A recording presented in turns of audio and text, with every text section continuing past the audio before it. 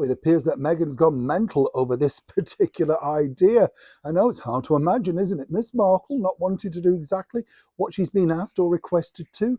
As we now know, all that's thanks to those, shall we say, revelationary books, Meghan likes to do things her way.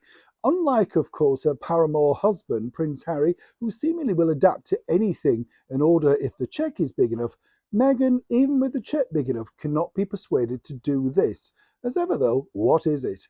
Hi, good morning. Neil Short here. Nice to see you. Thank you so much for your company today. By the way, lovely. Thank you so much for your lovely comments also about Arthur Godfrey. It was fascinating to dig into him, and it was lovely to read all your comments and the memories and stuff. As I said in the original piece, we all have people, don't we, around the world, not necessarily mega stars, to us, but when they come over here, I remember meeting a pop star actually in the 80s who was huge in Japan, sold millions of records, walked down the street here, nobody knew who she was, never really took off. So it is a sort of individual thing, isn't it? We either like them in that area or we don't. Arthur Godfrey, obviously very well loved, very much missed, but thank you for sharing your memories. Back as ever to your breaking royal story of the day. This really all centres upon the fact that today we'll know that Prince Harry's been talking openly once again on a new podcast about his mental health struggles. Is there a day he doesn't? I mean, really? What sort of struggles can this man have? He's got a lot surrounding him. Try and look positive. I'm not decrying anybody who has problems, but, look at the bigger picture, and try and look at others before you look at yourself. Now, what's interesting here, though, is obviously Harry, we've seen him openly share before, haven't we, with the Apple TV series. He mentioned his mental health struggles before on the original Oprah Winfrey interview.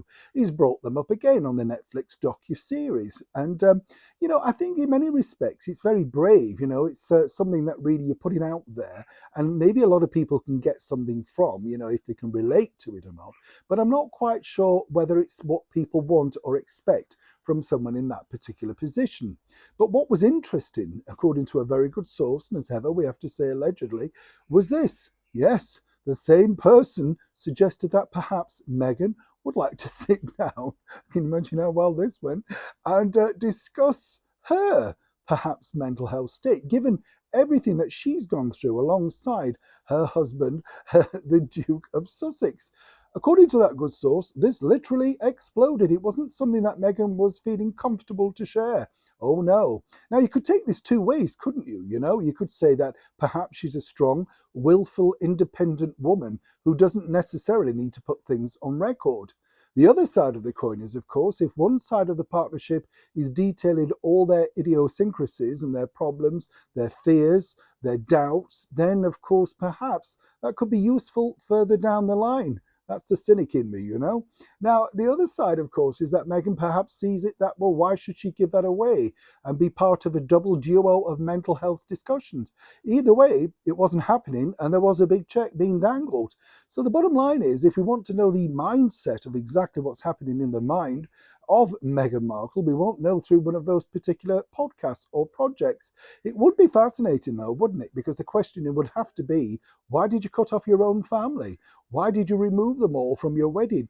Seemingly, there's a lot of unanswered questions, but right now, even for a big check, it appears that Meghan is not ready to answer them yet. This is a developing story. As ever, when I know more, you'll know more.